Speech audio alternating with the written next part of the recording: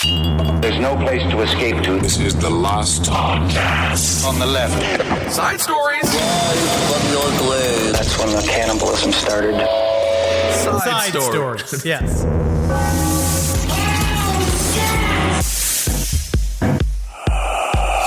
I tell you what, if you're feeling feverish right now, if you got some kind of, if you've got one of these coronaviruses, are you sick? I got the Bud Light flu. That's called a hangover, my friend. That's called your lifestyle. That's what you've done. And you are officially, I'm still haunted by the fact that you have no towels. Did you go and you get, I got towels. I got towels. I found one in the closet. Yeah, I found one in the closet.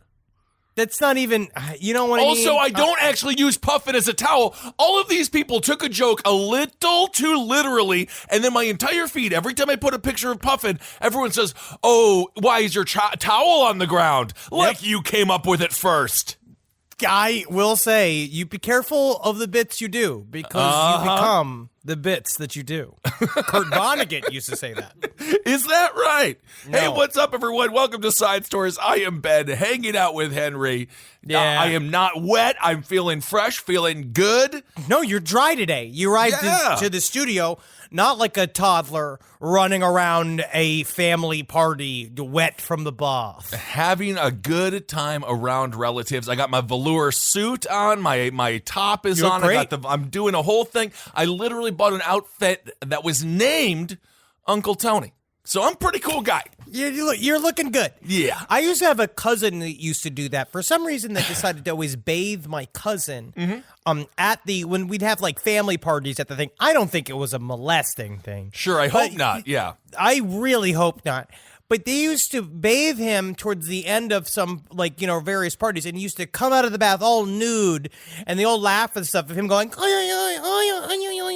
running around, like, waving his tiny boy penis around. But, no one applauds and laughs when I fucking do it. Well, that's because you're 35 years old, buddy. 35 years, tight. Well, speaking of weird people, we do have an update that we promised to give you last week about this dude, Lawrence Ray. He is a maniac. He was the cult leader at Sarah Lawrence University.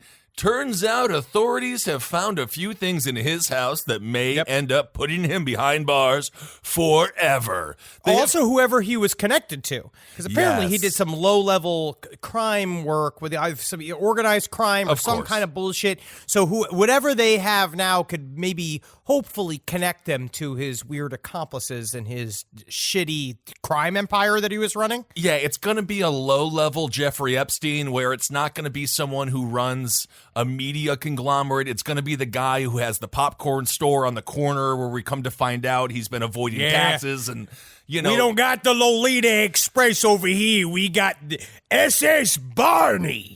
And it's just my big old boys. You got a couple of chunky boys like you and me out there being like, hey, guess what, man? You buy French fries, I'll suck your fucking dick. I don't give a shit. Oh, my.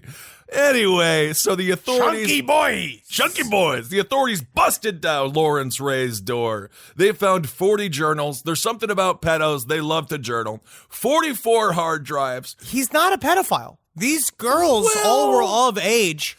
They just were young they're young for me. I think that I don't see a lot of difference between a 19-year-old and like a 15-year-old. Well, you should see a lot of difference. Certainly when it comes to the justice system, there's a big difference. And I want to isolate that footage because that can be taken the wrong way, Henry. No, I like them seasoned. I like my woman ripe. You're traumatizing me today. So this guy, there was 40 journals, 44 hard drives, 15 floppy disks, 5 laptops, 15 flash drives, and hundreds of thousands of emails and other electronic evidence, prosecutors said. So this dude, Henry, why do they do this? Remember this? Remember the cannibal cop? He literally had a file that's like, people I want to eat. Like, why would you write everything down? Can't you keep it in your head? For the cannibal cop, all of that had extended sexual purposes. Like, I do believe that part of that was him having a file on his computer, because a part of that whole thing was that what his defense was that he was only very thoroughly fantasizing about eating his wife. And so he was building plans. And part of that was even worse, Henry, not his wife. isn't that even? It wasn't Was even. she just his girlfriend? No, it was something he was doing alone outside of. No, you are incorrect. Really? All of these were, it was an extended sexual fantasy. Gilberto Valle, which is his real name, or Valley, I'm not sure how you pronounce it. I don't know if you know, does it Frankie Valley style? I like don't know. Bensonhurst, or is he doing it Spanish? But he, the part of it, he would use those plans to edge himself into a place where he would, I would imagine, masturbate, thinking about these things. But that's what he kept saying. It's fantasy. It's fantasy. This guy actually had criminal ties. Yes. So what you're looking at is evidence. You have stuff that I know that he was doing some form of white collar crime mixed with organized crime. Reason why I keep evidence in that type of crime versus like a murder where you'd want to get rid of the weapon or the body. I think that's the classic ways to distance yourself from murder. With white collar crime, you build up evidence so it, just in case you're one of the first layers to get picked up, you can flip. You have all the dirt that the FBI would like to make a molehill out of. Evidently, You should see my tapes. I don't want to piles see of tapes. I am sure that you don't have any tapes because whatever your fantasies are, I think they stay between your ears. So this dude also was friends with former NYPD Commissioner Bernie Kerik, who was sent to prison. I forget what crimes he committed, but after Bernie Kerik was sent to prison, he came out of prison and he demanded prison reform because he said it was not really nice. And I was like, yeah, dude, you were in charge of it for years. And as soon as you went, you're just like, we need to change the cafeteria rules. Absolutely. Have you ever been to one of the podcaster roundups in New York or LA? That stuff's really scary out here. When you get because what they'll do is they have free mic gives out. They have free mic give outs in LA for podcasters where they kind of bunch them all together in big groups. And every once in a while it'll be fun to get a free mic. But when you're fighting through all of these guys that are not used to being in the sun and they're all kind of falling down, but some of them are jiu-jitsu because that's kind of their side plot that they're doing on their various podcasts. Right. So it is really difficult to be in the Gen Pop once you're out. I don't know if there would be a larger, unathletic group of people than every podcaster in California getting together in a single location. It is the least attractive people in Los Angeles. So this dude, he allegedly raked in nearly $1 million by extorting the classmates and forcing one into prostitution, as we talked about. So he made this a big-ass business. And again, we will continue to follow this story. He allegedly sexually groomed a young woman, forced her to have sex with a male victim while he watched and blackmailed her into more than 4 years of prostitution. She made $500,000 from trafficking. So this man is just getting worse and worse and worse. It's bad when the best story about you is the first story, and it's just that you had some college co-ed's garden in the backyard. This story gets worse and worse, and this man is absolutely horrible. Do you think when you groom a child bride, you also cut her nails? I was reading about this story a little bit deeper, and deeper. You're gonna try to get out of that. No reaction. I'm just gonna let it sit. Sometimes you need to. Sometimes free speech jail is you're in isolation, and there's no one there to talk to. I'm going to get a work release soon. I've heard. I'm going to get a work release because this is work. I got some emails from people that were students at Sarah Lawrence. Yes. And it's very interesting to hear the various people, like, tangentially involved. We have a friend of the show, Kristen Gulls, comedian, who works out of the Pack in Los Angeles, where we do Classy Night Out. Ed Larson and I, we host a stand-up show the second Wednesday of every month. Yeah, go support that. She went to Sarah Lawrence. She was saying, too, being connected to some of these people, it's just like, I had a friend who was digging the ditches. What? And no, they are not. They were not equipped. But also, it is several of them saying straight up, it is interesting just how easy it was to just have your out-of-state boyfriend just living with you in your dorm. People just did that. They just we had one listener write basically like, my boyfriend lived with me for years, and no one said anything. That is really interesting because I was under the impression that colleges were quite strict on who could live on campus. It was like a big deal. And this guy, he was, 50 years old? He's 60 now? I think he was 50 when he was doing all this. People like a man with experience. Well, not this kind of experience. I don't know. I mean, a white-collar criminal is actually a fun, new sex daddy. Yeah, but I don't think that this is white-collar criminal. This is human sex trafficking. This is the collar has gotten dirty in this. It is Very dirty. This is brown collar. And the guy, he looks like a police officer if you see the mugshot. So I would be surprised. He's got that big thumb-shaped cop head. Yeah, he looks like the kind of guy who tells a joke and all of the punchlines are, you're going to jail. And then you have to kind of laugh. Sir, I'm not really seeing a joke here, but I will go with you without fighting you. Definitely, because otherwise I'll get my ass kicked. And if you're like me, if you're obsessed with the Lori Vallow, Chad Daybell story, watch that Dateline. There's a 2-hour new Dateline out about this whole story. And I didn't know that Chad Daybell, so again, these cult leaders essentially, who their podcast network has disavowed them, which I think is really, really important. Hold on a second. Of course, we're talking about the mother of the 2 children that went missing. They're now dead. We don't know that they're dead. We don't know. They're dead, or they're young entrepreneurs and they're going to show up on Shark Tank and they've just invented something that can turn water into Gatorade. If they do, that would be incredible. But no, and what a miracle that would be. That would be amazing.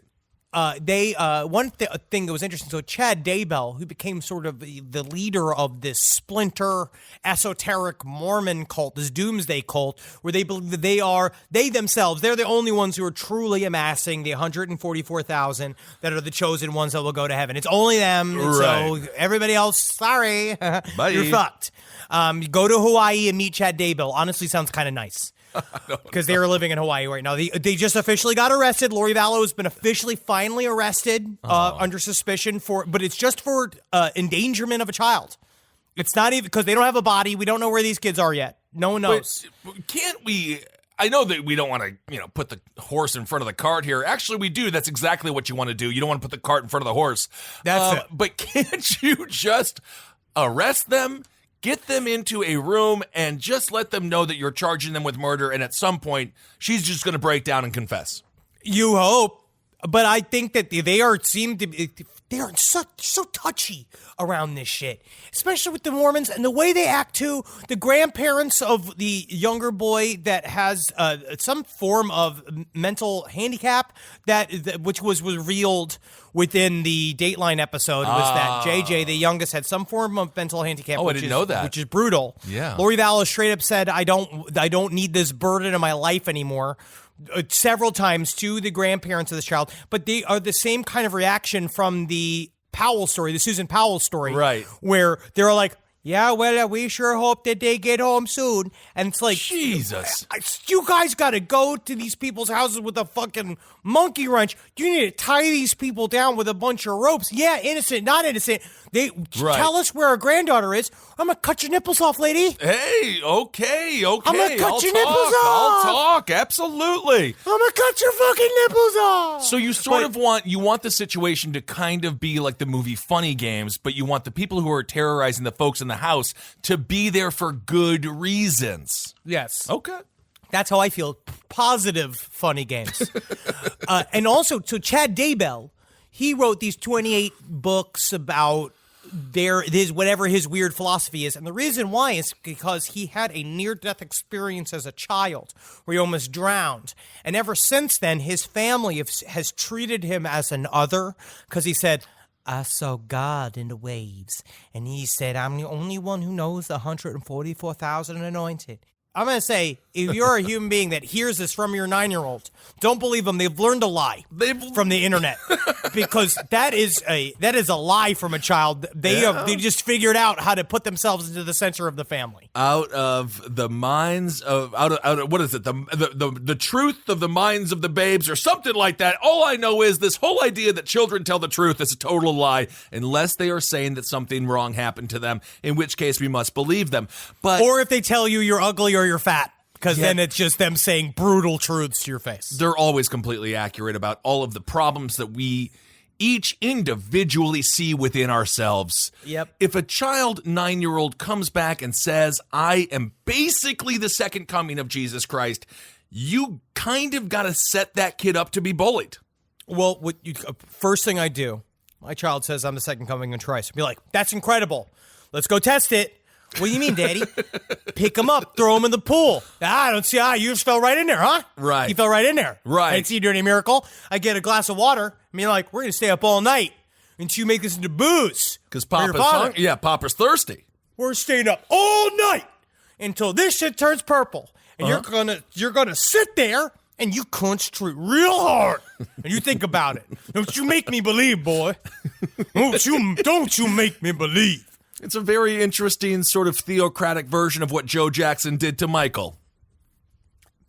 Number one. How many number one hits did Michael Jackson? Oh my! Enough that I still listen to them on a regular basis, just at the supermarket and wherever I am. I played the Moonwalker arcade game last night. Oh, that game is great. It's fun, but it's Michael going and like zapping lasers at robots and Nazis and like shirtless guys with knives. But then they have all these kids in these force fields going, "Help me, Michael! Help me, Michael!" And then you go up to the kids and, you know, like in a video game, like you touch it, you know what I mean, to release it, whatever it is. But it's so strange to have all these kids at crotch level, where as the character Michael Jackson, you're supposed to literally go and essentially teabag these children until they're free from their laser prisons, which is like, it just doesn't age well. It's a different kind of dance. I know the Michael Jackson phenomenon is still out there. Every time I'm in Hollywood, his star of fame, there's a bunch of kids taking pictures. People put little dolls on it. It is insane how much people, they love him. And you'd also, the Michael Jackson musical is really funny because, again, it's about the music. Can a music note look at the asshole of a boy and jerk off at it? Not yet. But not unless China has its way. You are continuing to ruin my career. I love it. All right. Well, let's talk. First of all, Henry and I, we saw a movie that we wanted to talk about, but I also want to talk about this story about this inmate. So what do you want to do do you want to do a movie breakdown? I want to do a little bit of a movie breakdown just because I've been seeing a lot of movies and I've heard some people say that they appreciate our soft-butted opinions on films because we watch a lot of them. Yeah, I mean, like Nat and I fucking watch. We watch so many horror films. I'm gonna shout out to VFW, which is great. Stephen Lang is great. Bliss, I think I talked about a sexual vampire movie. My. But then Natalie, Jackie, Jeff, which is Jackie's boyfriend, we went out to see The Lodge. Yes. Which I'm now of the practice where I don't watch trailers anymore. I am completely with you. The friend that I went with, she was beginning to watch the trailer. I said, stop right there. No trailers. I went out to see The Lodge as well. It's playing at Nighthawk Cinema in Williamsburg. If you want to go support Nighthawk, please do. And my God, it is Hereditary 2.0. The only way to describe it is if they took a film and they took out all the funny parts of Hereditary out. What? Okay, hold on a second. The funny parts of Hereditary, now, of course, this is going to be full of spoilers, but that movie's been out. Was the funny part when the chick got sick eating the brownie at the party, or when her head popped off when it hit the pole, or when the mom was in the corner of the attic sawing her frickin' head off? What was the funny part in Hereditary? Now, I've seen it 167 times, and it keeps getting funnier every single time I see it. I legitimately, I'm just saying, anything that could have been remotely, I'm not going to use the word entertaining, but mood leavening in any other type of super dark film, The Lodge sucks that out. It's a very rough film. I'm still trying to think of any kind of levity in Hereditary. Was it the marriage falling apart, or just the mom struggling with the relationship with the son and the father? Was it her little toy making hobby? It's one of those things. It's very Seinfeld-esque. Where it'll be like, oh my God, that's so us. That's so us. That's me. That's my family. So Hereditary, it's just, I thought the soundtrack was amazing, but you would like a little bit more like dun dun dun dun dun. Yeah, that'd be amazing. Okay, all right. I can just see. Yeah, of course. Yeah, a jazzy jazz like little bass riff. Yeah, it could have made that. Think about how funny Hereditary could have been if Kramer was in there. Kramer, not Michael Richards, and I separate the two. You got to separate the two of them. Mistakes were made. Yeah, he made a very big mistake. But this film, the only reason why I want to say it is that the four of us saw this film, and maybe just like kind of one vague spoiler. Every one of us saw the film. Everybody had a different reaction. Natalie was like, I can't believe that there's a cult leader in this film. Yes. What he did to his daughter, blah, blah, blah. And I was like, but technically, The Lodge is a movie. It is if Funny Games meets Home Alone. Yeah, it is I could see that. The most evil children in the world. See, I actually disagree with you on that. And again, we don't want to give the ending away here, but I don't think the kids are that evil. I think the kids are just upset with their stepmother, who is, let's be honest, a bit on the young side for their papa. And they should be applauding for their father. I know everybody says all this stuff. They're like, "Oh, I can't believe they're only mother." Like and I don't want to talk out of turn here, but your mother can't even talk to a 70-year-old man because she's still married to my father. My father is still alive. She can't set up for the on deck dick until my father is at least in hospice. Let's just. That is a strong opinion I have. You gotta wait. Okay. You gotta put that vagina on a shelf until the man's in the dirt. All right, well, that's some Ed Gein logic there, but I think your mom needs to start laying the groundwork now, because after he dies, you got to understand, don't got a lot of time left. You need to jump right in, and then how are you going to treat this new guy? You're going to treat him like trash. Hardcore. I'm going to check him unless he's got money and he takes me on a vacation. If I have a new daddy, first baby boy Henry needs some nice gifts. Can you imagine at Christmas time? Your poor mother just being like, these are my children. It's Jackie just being like, I would, yes. And then you were just like, Dad, I jerk off sometimes. I'd like to couldn't help but notice that you're driving a Lexus. So let's make it two. Let's go. You gotta please me, because if you're that age, unless he's a former prize fighter, I think I could at least surprise him with my reflexes. Now that I'm doing yoga and shit like that, right. My reflexes are getting tighter. I can scurry up from underneath him, pop him in the balls. You don't even know what's going on. An old man can't take shot to the nuts like a young man can. So just Henry Zabrowski arrested for punching a 70-year-old man in the testicles at a Ponderosa in Florida. And then they will release me saying he had son privilege. Oh, okay. I think so. I actually don't know if that works. I agree. The one movie that I will fully spoil. So go see The Lodge. Go see The Lodge. It really is. It's fucked. It puts you, the one thing I do like about it that's not a spoiler at all, the mood, the reason that we mentioned Hereditary, the mood is in that feeling of just like, what the hell is true? What's false, what's real, what's time. It makes you question time. And so it really does a good job of breaking your brain, and then by the end you're like, oh shit. When it all comes back together, it's a smart movie. It's just very dark. It's very heavy. I like it as a daytime film versus a nighttime film. I don't. That's how I do my brain. That's what happens in my brain. I think it's a great nighttime movie because it's scary. No, it is very scary though. But I would say check it out. The other movie that I will spoil, is a movie called Dark Encounters. So Natalie and I are nuts about anything, obviously alien / horror based. I love sci-fi horror. Sure. I love sci-fi horror. It's very difficult to disappoint me. I watch all of it. Dark Encounters is a film that is about. It is a pretty note for note alien abduction film. All right. Right, that has got, but it's, the aliens are scary, whatever. What do we got here?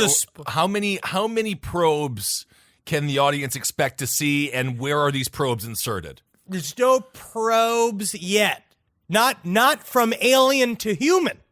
Oh. The big thing that I will reveal in this film, so if you are planning on watching this, I say go watch it just to literally be as confused as we were. Okay. It starts off with the daughter of the family is missing. Mm-hmm. And then these lights come and they see all of these alien. They see they have kind of a close encounter of the third kind type experience mixed with communion, mixed with fire in the sky, right? Ooh. You see lights and all this kind of shit.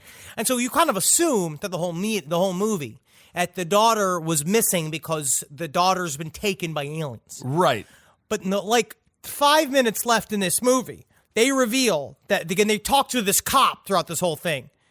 It revealed that the cop raped and murdered the little girl and the aliens were trying to tell them about it and showed it to them.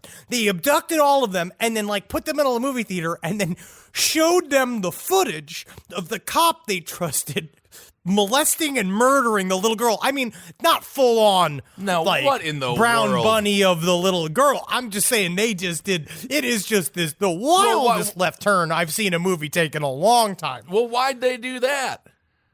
I don't know, Kissel. Huh. Well, that doesn't seem very fun. It wasn't. I like the idea of extraterrestrials, abducting someone.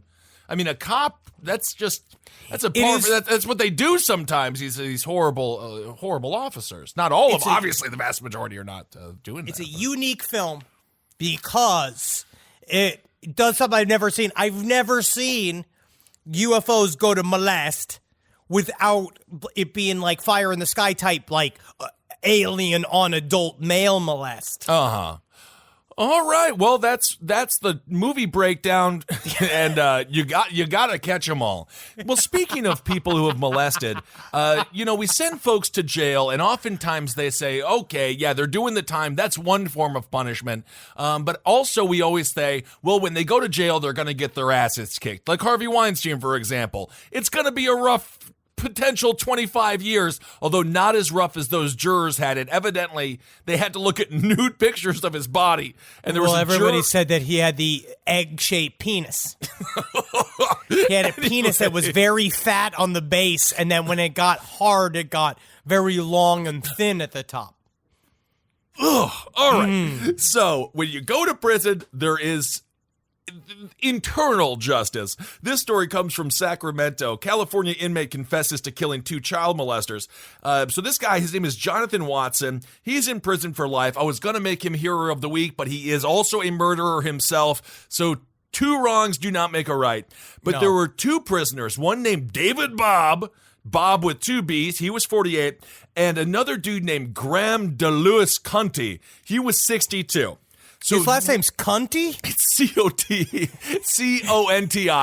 Cunty? C-O-N-O. I'd say Cunty? I don't know. I'd say Cunty. It's an unfortunate last name, but that's all I'm saying. No, it's a normal last name. If it was C-U-N-T-I, that's Conti? I said Conti. Oh, I thought I heard Cunty. No, I don't know if I have a Midwest accent. My vowels are all messed up. Don't even get me to talk about nuclear proliferation. Okay, so what these 2 dudes would do when they showed up in the middle of, I'm just going to call it their living room. It's just like the main quarters, The common area. The common area. They would put on PBS children's shows, and they would laugh. And so this dude, Jonathan Watson, he's like, no, he should not have been released to general pop anyway. He was in solitary before, and that's where he wanted to stay, but they let him out. So he's in gen pop. All of a sudden, he sees these pedophiles watching PBS, taunting the other inmates. He goes up to a security guard, and he's like, CO, dude, you got to send me back into solitary because I'm about to freak out. They just thought it was a joke. It was not a joke because later that next day, I believe it was David Bob shows up, puts on PBS, and then Jonathan Watson beat him to death with a cane. Wow. With a what? With a cane. He literally did the hold my beer thing to another inmate. It was like, hold my beer. And just went to beat him to death. And then he was like, okay, stayed in general pop. 3 days later, the other pedo goes to watch more children's shows, which is disgusting. He beats him to death as well. So this guy, okay, so this is what Watson said. He returned to his housing pod. He said, I was mulling it over. This is when he saw them. Mulling it over. I love that term. Like he's looking at a glass of wine, like seeing the legs on it, just being like, what it'll be like to smash this guy's fucking head and see his brains. So this is what he said after realizing these dudes are watching children's cartoons to taunt all the other inmates and to, get aroused. It's disgusting. He said, I was mulling it all over when along comes molester number 1, which is, you're never in a good spot when there's a molester number 1. You never want a molester plus a number. Get out of that room. If they are all, especially if it gets to like molester number 10. Where am I? There's a bowling league of molesters in here. I was mulling it all over when along came molester number 1, and he put his TV right on PBS Kids again. By this time, someone else said something to the effect of, is this guy really going to watch this right in front of us? And I recall saying, I got this. I picked up the cane and went to work on him. So there you go. That happens when you do that in prison. He was already in jail for life. He was in jail for life. They were in jail for life. No one was getting out. As a matter of fact, this is what Watson wrote. He said, being a lifer, I'm in a unique position where I sometimes have access to these people and I have little to lose. And trust me, we get it. These people are every parent's worst nightmare. So he's got nothing to lose. He used his ability to murder, in this case, for good. And it's just one of those, I don't know, man. Sometimes you're going to get beat to death with a cane. In my mind, it's neither good nor bad because the chaos that is erupted by murdering somebody is never great. Not that you can talk about these guys or reason with these guys. It's just real dangerous in prison, and you really need to. I think the term is not write checks that your ass can't cash. Yeah, there it is. Yeah, I think so. I think you need to watch yourself in these scenarios. But isn't that interesting how people react to incarceration, right? Like Jeffrey Dahmer leaned in. All of that talking to Stone Phillips, being like, I'm a Christian now. Well, he was really trying to, we talked about with the Dahmer, when we did those back in the day, those interviews show just how he's like, things really got out of hand. Oh, they got a little bit out of hand. Ooh, yikes. It was that kind of thing where you realize what the hell he was doing while in prison and trying to work through shit with his parents. They're the ones that kind of made money off of his crimes afterwards. I suppose that they definitely made the most amount of money, but Dahmer totally leaned in and was like, I'll eat you. You better leave me alone.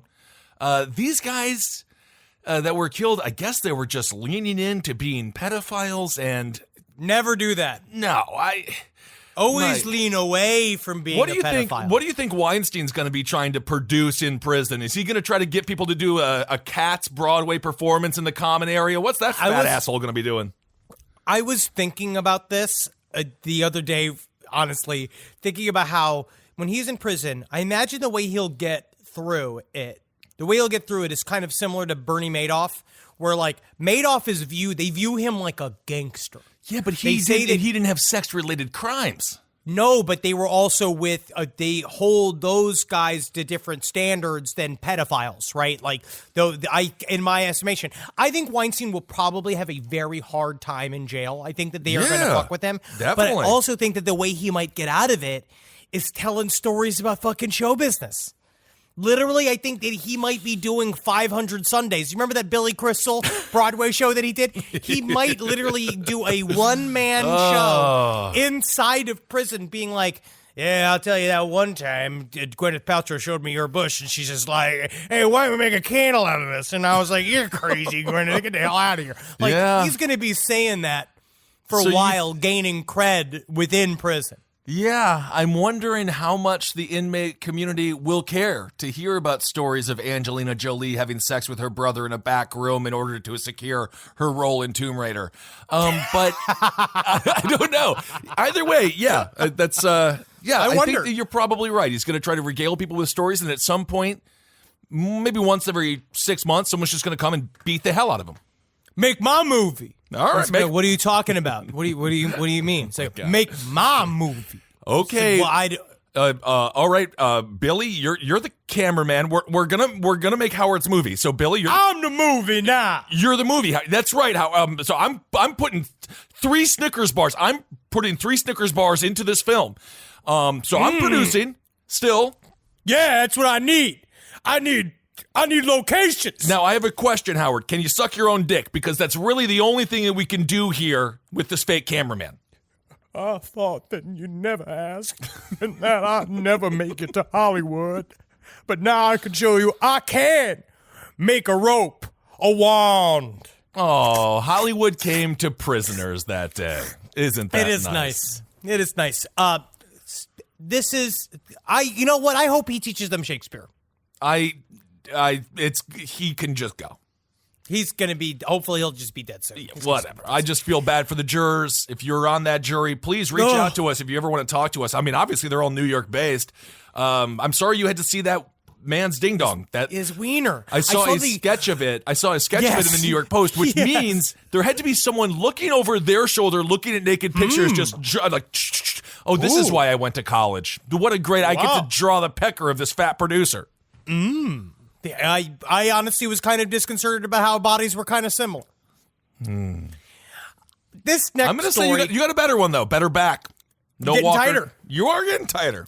But then I'm also looser. All at the same time. Life finds a way to even it all out, doesn't it? Yep, it does. That's why I have this glorious sense of humor. Let's take a look at this next story coming out of South Korea. Now, apparently, it's looking like there is some form of cult that is... the way that American newspapers are talking about this story, that this cult is purposefully spreading coronavirus through South Korea and is actually the reason why it had its most recent huge outbreak. This comes from the Washington Post. South Korea orders temporary shutdown of Messianic Church linked to more than half the country's coronavirus cases. This comes from author Minju Kim. A fringe church in South Korea with a messianic leader has been shut down after a surge of coronavirus infections. More than half of South Korea's COVID-19 cases have been traced to a regional branch of the secretive, I am going to attempt to say this name, Sinjeonji Church of Jesus, formerly known as the Temple of the Tabernacle of the Testimony. But authorities are having difficulty locating members, many of whom are probably in hiding. They basically worship a man named Lee Man-hee. This is an esoteric Christian group who Lee Man-hee has come forward to say that he's the second coming of Jesus Christ. And he's got, this is where Chad Dable's going to have a little bit of competition. Right. Lee Man-hee also says he is the only one that can correctly decipher the allegories hidden within the Bible and lead 144,000 of the chosen ones into the next one. It's him. Sorry, he just said it. I just don't know who to follow anymore. But now there are people that follow this church where they have somewhere between 150 and 200,000 followers. Wait, 200,000? Yes, it's got 1,000 Holy churches hell. all over Asia. So it's a fairly large branch of Christianity. The leader, Lee Man-hee, came out and he said that the virus is the devil's deed, that this was done in order to throw shame upon them because apparently a woman came into one of their prayer groups. The health authorities have identified a 60-year-old woman who identified as Sinjeonji branch in the southern city of Daegu as patient zero. Okay. She came into a worship service where apparently they don't allow the masks that have now being used often over in Asia, like the face masks. Why no masks? Because they just don't. They want to see your weird teeth. Your uvula. Your uvula. That's God's skin tag. I want to see it. I want to see the little doggy tag inside of your mouth. So just an arbitrary no mask rule for some stupid reason. They do worship sessions in very, very close proximities, and their jobs are to scream, "Amen!" every single time he says something. So they believe that it's literally the shouting and the spreading of the spittle, which is exactly the way the flu spreads, that it's getting all over these people. She might have been to at least 2 worship services with over 1,000 people attending to both. Now they're having a hard time finding the people that went to any one of these services because they've been labeled a cult, and it is viewed as socially unacceptable to be a member of this. People go as far to not tell members of their own family that they're members of this church. Which is interesting in the fact then, why are you a part of it if you can't tell anybody that you're a part of it? It seems like bad. Well, forbidden love is often the love we want the most. When it comes to this cult, then they didn't do it on purpose. This is just hygiene problems. It seems to be it is a hygiene problem, and the main problem is that because they are this weird ass cult, which I could find very little on, they are hiding and basically helping gestate the disease after the fact. But isn't 200,000, let's just assume, let's just go to the high end. That's I mean, how much, like, Shinrikyo wasn't nearly that much. I feel like Mormonism isn't even that much. No, Mormonism's 10 to 12 million. But when it first started, when we were talking about, like, the big, it started off so much smaller. Yes, it had to build.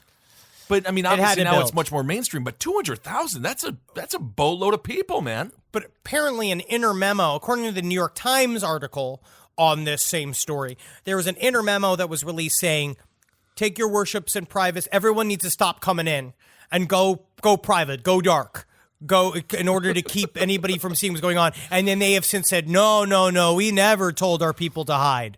We never told them to hide. But from what I'm seeing with this church, they say doomsday cult. But I don't know if it's a doomsday cult because I don't see anything else. But the head of the cult, Lee Man-hee, he used to be a part of a thing called the Olive Tree, another massive esoteric Christian group in Korea and in other sections of Asia that the whole thing, reason why that fell apart, because Lee Man-hee was sort of like an acolyte of the head of that church, and the head of that church started telling all the women in the church, you can only touch the Godhead by touching my penis. Isn't that strange how God seems to want a lot of women to touch men's penises? It's like one guy's penis. Did you hear the story about the coronavirus being planted by the Chinese government so they could expand their social surveillance program, especially into all of these other regions? And so they're incarcerating a bunch of people. Like, no one does know where this thing actually began. And it seems to me, I'm going to put my little cap on here, and it's a science cap, folks. Seems to me it was created in a lab. It got out, which does happen. They tested it probably on a small group of people that don't have a lot of money, don't have a lot of agency in China. It spread like wildfire, and I would not be surprised if the Chinese government had their hand in releasing this virus in order to expand the unbelievable amount of control they already have on their folks. It is a conspiracy theory, but I think it's very interesting. I don't know, because we've done it in the past. We have tested it on our own people. Sure. Look at Agent Orange for crying out loud. But the problem is that my only thing is that, it's fucking with their money. So why would they fuck with their own money? Why would they fuck with their own economy? Xi saying that they can't. He's going to be there for a long time. The market, actually, I was on Yahoo Finance just recently.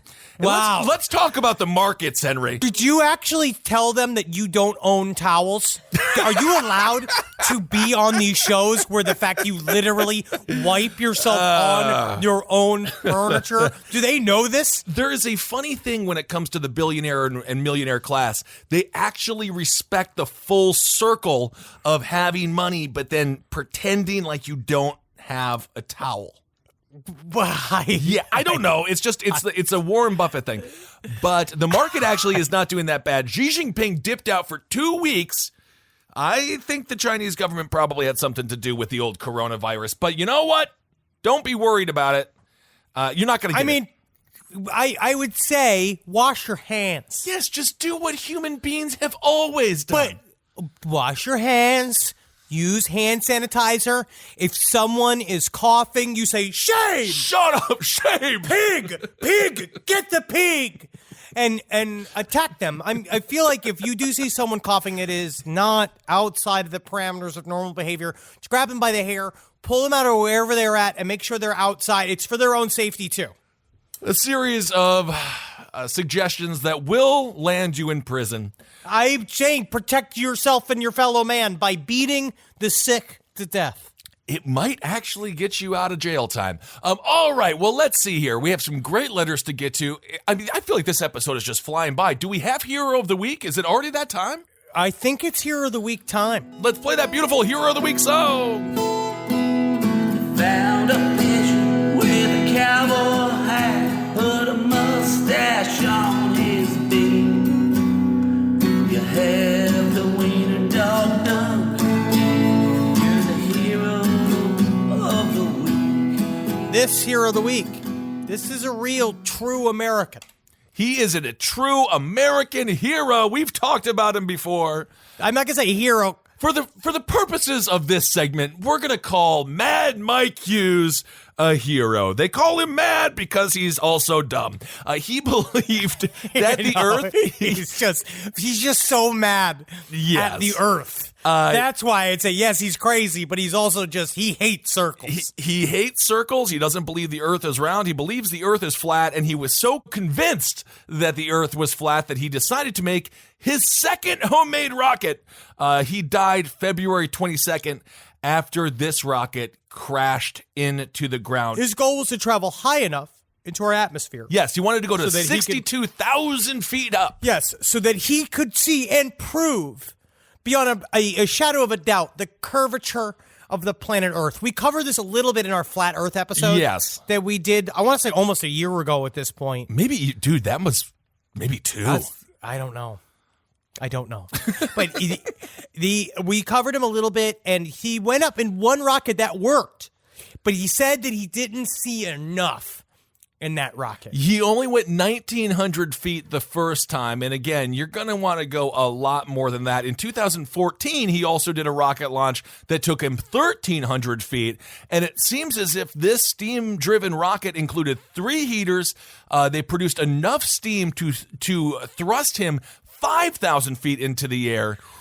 He hoped to reach speeds of up to 425 miles per hour. This is according to Justin Chapman. He is a freelance journalist, because only the best journalists cover only the best conspiracy theorists out there. Hey, you just got to show up with the lanyard, one of those old-timey cameras with the big pop bulb on it, and you too can be a freelance journalist. So this is according to Chapman. He says, just after the launch, a parachute can be seen fluttering away from the speeding rocket, which unfortunately quickly turned back towards Earth. This is Chapman quoted here. He says, when the rocket was nosediving, he didn't release the other 3 parachutes he had in the rocket. Lots of people screamed out and started wailing.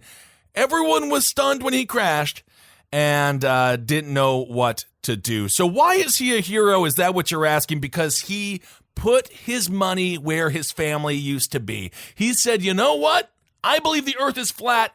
I'm not believing the people who tell me it's round. I'm going to go find out for myself, even if it costs me my life.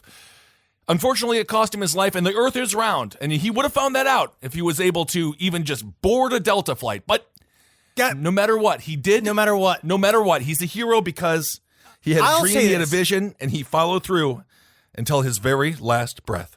I believe you should always question what you hear.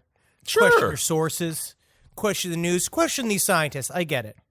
And he went so deep into that. He went so deep into that place. Yes. No, I'm an American.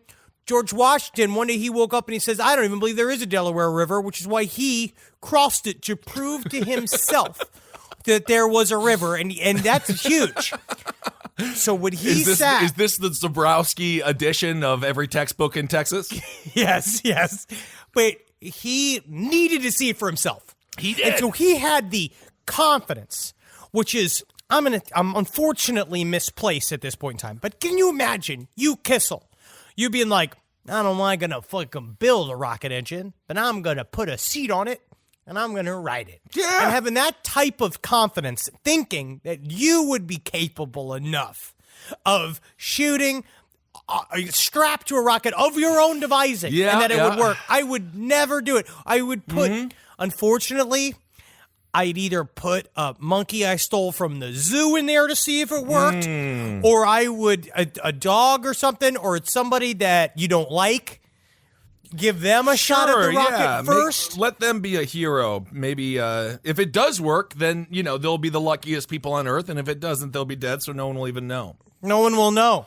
Well, you did mention monkeys, and the runner-up for Hero of the Week was this baboon who escaped getting a vasectomy, and he escaped with 2 female baboons. And I guess they just went to have fun. So he was also pretty cool. I don't know if that is real, but I do love it. Hey, it's in the New York Post. It's gotta be real. A male baboon on his way to a vasectomy in Australia managed to escape before the procedure with his 2 female companions. Yeah, buddy. Save them cums, buddy. I guess so. That is huge. But I want to say big ups to Mad Mike, man. Yep. I hope wherever you're at on the other side of the veil, you can see that the Earth is a spherical shape. It just doesn't make sense for it to be flat. It just doesn't make sense. It's just hard. It's Kissel. We can't even do this. I don't. We can't even do this. I'm glad that he wanted to see it for himself, and I wish that he could have. You know what? I completely agree. Do you think if he did see a curvature, I wonder what that would have done to his mind? He would have doubted cameras. He would have doubted his own eyes. Yes, he would have plucked out his own eyes in a mad rage of like how there is no such thing as truth. Yeah. Which I'm about to do in the middle of this JFK series. Hey, buddy. That is the JFK series. Thanks all for the support. I watched a documentary yesterday on Ruby. That's my boy. Yeah. Jack Ruby's my boy. I feel like he might be the dumbest one of all the characters. Or the most clever. And because you have to be so clever to act so dumb. It's Patsy. He's the Patsy. He's like dumb. We're going to say the word Patsy like so many times. It's ridiculous. So many times. Okay, so here's some listener letters. I grew up in a pretty standard Christian family. This letter is about the Bethel Church, which I've been obsessed with a little bit. Okay. I grew up in a pretty standard Christian family. My parents have always been on the hippie side and never really traditional churchgoer types that dressed up on Sundays. Around 2009, 2010, my mom and dad made friends with some Christian families they met through a Bible study. These people were all pretty extreme in their spiritual beliefs. Through these friends, my mom started to get into their more radical lifestyle and took on this breed of Christianity. Things like speaking in tongues, people having physical visions from God, prophesying the future, casting out demons of possessed individuals, and anointing most appliances in our home, starting to become very common occurrences of my day-to-day life when I was about 13 years old. I'm You're sorry, literally what- supposed to bless your coffee machine. What? I grew up pretty naughty, religious. This is another one. This is What? like you believe that the toaster has a soul, But the and toaster, you want to protect it. But they know how the toaster works, right? Electricity. They and all- watched the brave little toaster, and they thought Jesus like gave life to that toaster. So they put a soul in inanimate object. Okay, I'm not going to. It's a whole thing. Okay. Once my mom took me to a Bible study at her friend's house, and I watched these young women shout and even sing in tongues for hours, which is pretty standard. You've seen that that's yourself. Fine, sure. This is where it gets kind of ooky spooky. A family in this friend group lost their son to medical complications when he was about 3 years old. It was obviously devastating to everyone. But in the grief of losing their son, we watched the parents of this little boy slowly get very unstable. Uh-oh. They were not able to process or accept the fact that their baby was gone. The wife would post these very long, uncomfortable videos on Facebook where she would go on rants with a blank expression on her face, believing that God wanted them to raise their child back from the dead. No. They moved to Northern California to be near and attend the Bethel Church. They laid his corpse on a table while people prayed over him. My family and I were not personally there to witness all of this, thank God, but I was told that a little cousin of the dead boy started screaming and freaking out because she thought she saw his eyelid move while praying over him with her parents. Obviously, the son was not brought back to life. I can't imagine what kind of PTSD she got from all of this. Yeah, do the parents just wake up and they're like, gotta get eggs at the grocery store, traumatize our children. The Packers game is on at 4, don't forget. Why would they do this to children? I don't know. It's just because everybody's in pain in that scenario. They're looking for some kind of weird answer to a life question that they can't figure out, and then you drag your fucking kids into it. Good grief. All right, well, thank you so much for that email. Interesting. This comes from a text exchange from N. I just like the beginning of this. Hey, big goon and little hunk. I have a dear friend from high They school. called you little hunk? Lil hunk. I got big goon and you got little hunk? Yeah. I think it's because I'm like a hunk of meat. Not like a hunk. Not like a... Okay. He's got a friend of his, an old friend of his. He barely sees his old buddy. He's an EMT. And he says that sometimes I get texts from him explaining to me some of the worst shit he sees at work. And this is one of the things he saw. Guy's a little too much to drink out with his brother and girlfriend. They're waiting for the L sitting on a bench. They hear the train coming. He stands up, stumbles forward, falls onto the tracks, and gets run over by the train. Ugh. His whole right thigh is just a fucking mess. Still attached, but not by much. Femur is in 100 pieces, and his leg is all but just burger meat. We get him out, throw a tourniquet on him, get a line and fill him with fentanyl. In the ER, they sedate him to tube him so they can do all the necessary scans with him not moving. One of the drugs they use is called etomidate or etomidate. It basically just turns off your brain for a minute or so, long enough time to intubate. Then you chase it with Valium or something like that to keep him down. One of the side effects of it is muscle fasciculations. Fasciculations? Basically heavy muscle twitching. This guy gets that side effect, but since all the muscles of his thigh are no longer anchored to anything, they just start retracting and start squirming around themselves. It looks like an octopus on his leg. Legit tentacle porn. Oh, hey. Oh, man, Robbie. Thanks for the text, bro. Like, bro, that's cool. You want to watch XFL on Saturday? His legs, they split and move. I love this kind of shit. I love all these horrible medical stories. What do you respond? What do you, lol, raffles, smiley face, honestly, broken heart? What do you do? I'd be like, fuck yeah. Oh, my Satan. God. That's fucking metal, dude. I think it's sweet. That's fun as hell. This is a crazy story that a listener sent to us. Yes, we got a couple of crazy stories this week. This comes from, I guess you can use the name, Smokeface? Smokey? Smokey! Hey, Smokey! Hey, fellas, I'm a 25-year-old man living in Cincinnati, Ohio. You're thriving. Absolutely. I've worked various restaurant jobs around the city. At my most recent job, I work with a seemingly kind, gentle, and nerdy older man by the name of Jonathan Hurst. After almost a year, I left that job because I was finally making enough money playing gigs around town to be a professional musician. Fuck yeah, dude. Honestly, Congrats. congratulations. That is not easy to do. Very difficult. That was in November. John and I lost touch until about a month ago when I decided to join the Dungeons & Dragons campaign my old coworkers had going. Jonathan was DMing. Kissel, that means he was Dungeon Master, a.k.a. he was running the game. Thank you for goon-splaining. Well, don't goon-splaining is not the right term. You little... I'll call you a troll. Yeah, I'll do it. I'll take it. Troll. I but take no, it. I did mention this to Henry before we recorded today. Smokeface, that was very nice of you, because as soon as I said DMing, I had no idea what you were talking about. You immediately clarified. Immediately. So thank you. Well, today, on February 24th, he was arrested in his Cincinnati home for double murder committed in 2016. What? This story comes out of the Chicago Tribune. This says, former resident of Old Town neighborhood arrested in Cincinnati, charged with 2016 slayings of mother, 85, and son, 64, near Sycamore. What? He is a big nerd-looking man, right? 3 years they've been trying to figure out this case, this random murder of this couple, or a mother and son. Yeah. They were beaten to death, brutally beaten to death, in an isolated farmhouse just outside the edge of town, outside at 70 miles west of Chicago. Dude, that is oftentimes we talk about urban horror, how scary it is to be downtown. It is so much scarier to be in a farmhouse 70 miles outside of town. I hate the country. I'm so scared of the country. It's scary. You're so vulnerable. You're so vulnerable. At least here, if I'm getting raped, I can scream fire and somebody can come and get me. Yeah, no one really cares about fires in California, though, buddy. Say, like, someone didn't recycle. Someone's not recycling over here, and you will get hordes of people that will save you. Open audition. There's an open audition. And then someone will come in and take the place of me being raped. Sure, that's the audition? Oh, my goodness. Hollywood is strange. So they had over 1,300 leads. They had no clue what was going on.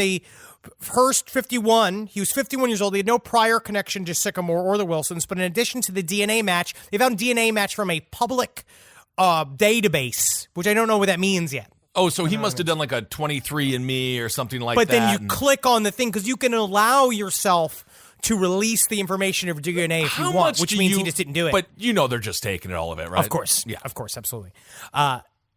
So they found, police said the cell phone records also matched Hurst. He was in the Sycamore area the day of the killings, August 14th, 2016, and the victim's stolen car was found about a mile from his home in Chicago's Old Town neighborhood. Police reconstructed a timeline of events leading up to the killings. That morning, the Wilsons had attended services at St. John's Lutheran Church in Sycamore. They had breakfast with friends at a local cafe.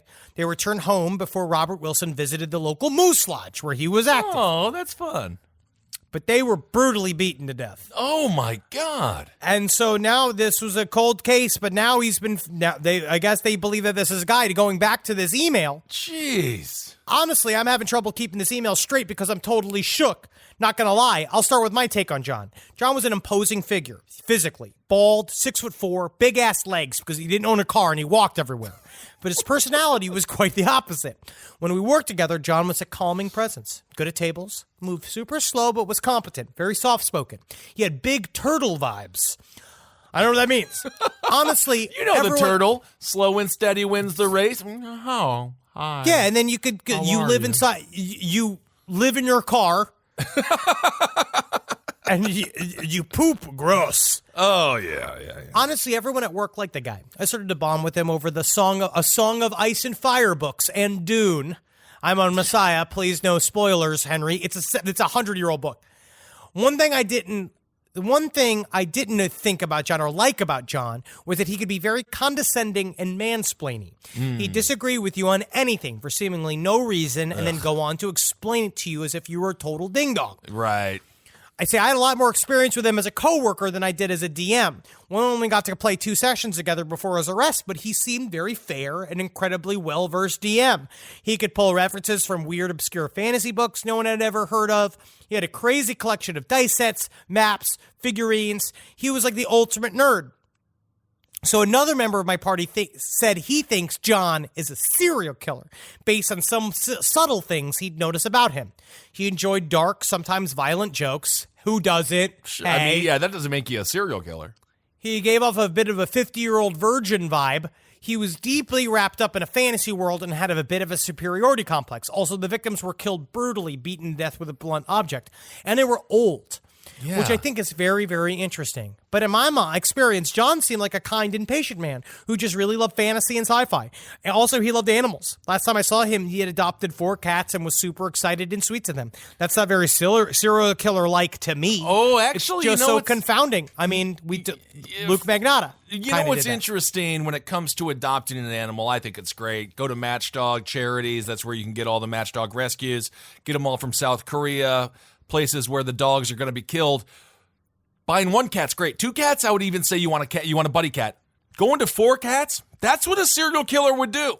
Suspicious. Yeah. Suspicious little cat family, little cat mob. Yes. And apparently one of his aliases was 88, which has a white power connotations. Ah, yes. So they don't know what the hell that means. They don't know what the hell that is. But basically say, we're going to find out more about this story, hopefully.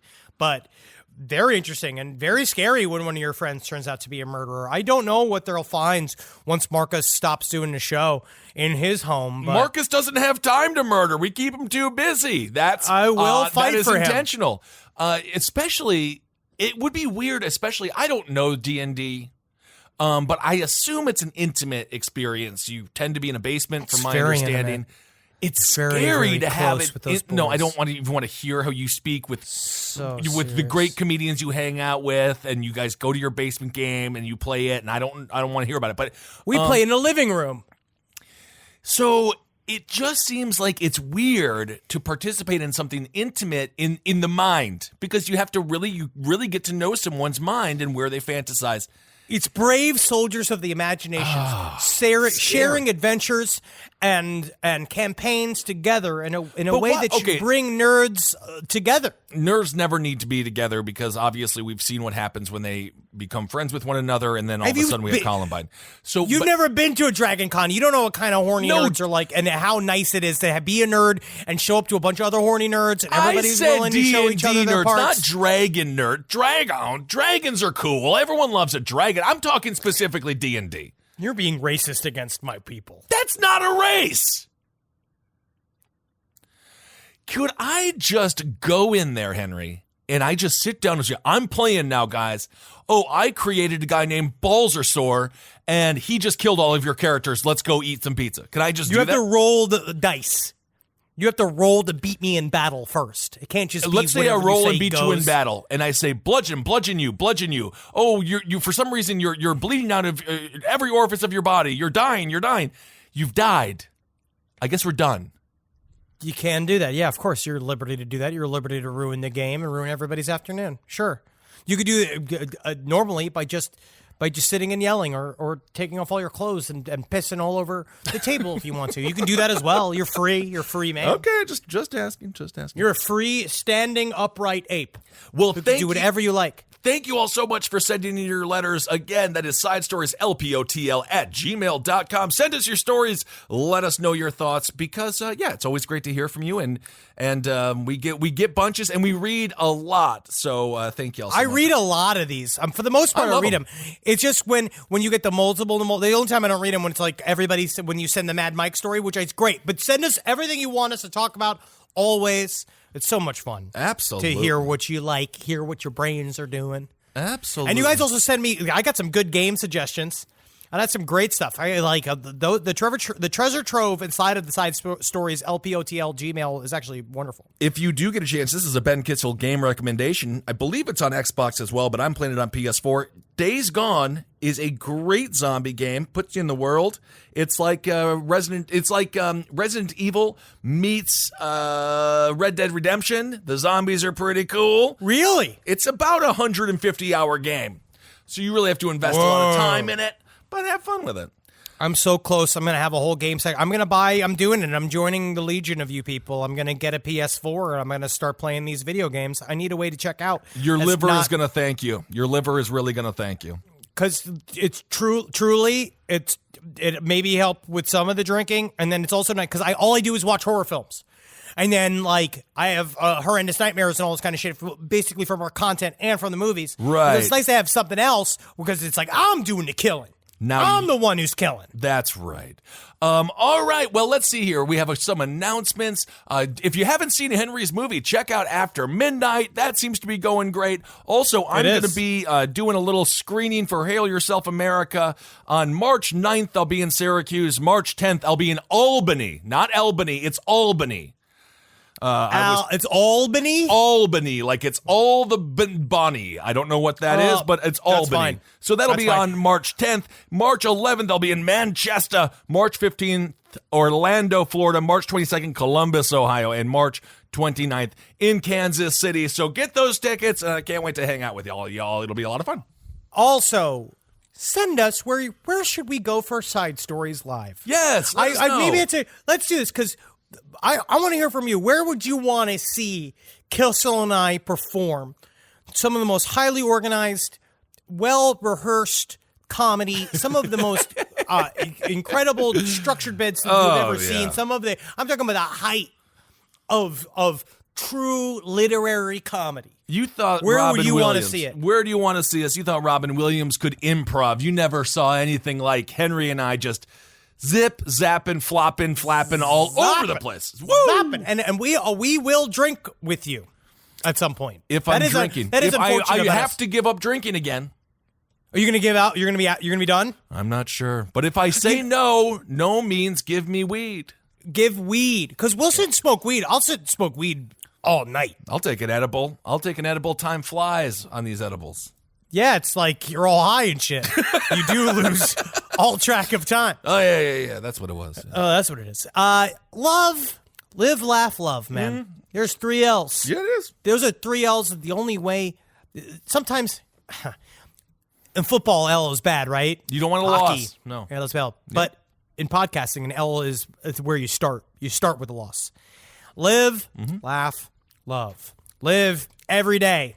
Like, you finally got that chimp you're going to strap to this rocket that you've been working on. You're going to fucking pop it up into the air, right? Yeah. And then you're going to laugh as you watch that first test rocket explode that chimp, knowing that, man, that was going to be me. Ha, ha, ha, I made it again.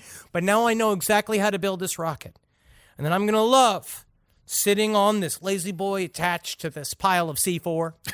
And I'm going to go up and see the very curvature of the earth. And then, and only then, will I let these readers feel vindicated in their views. But if I see something flat, I'm going to be the king of America. There you go. So that's how high the stakes are. If you can prove the earth is flat, You will be the king of America. I'll vote for you. We'll be your biggest advocate.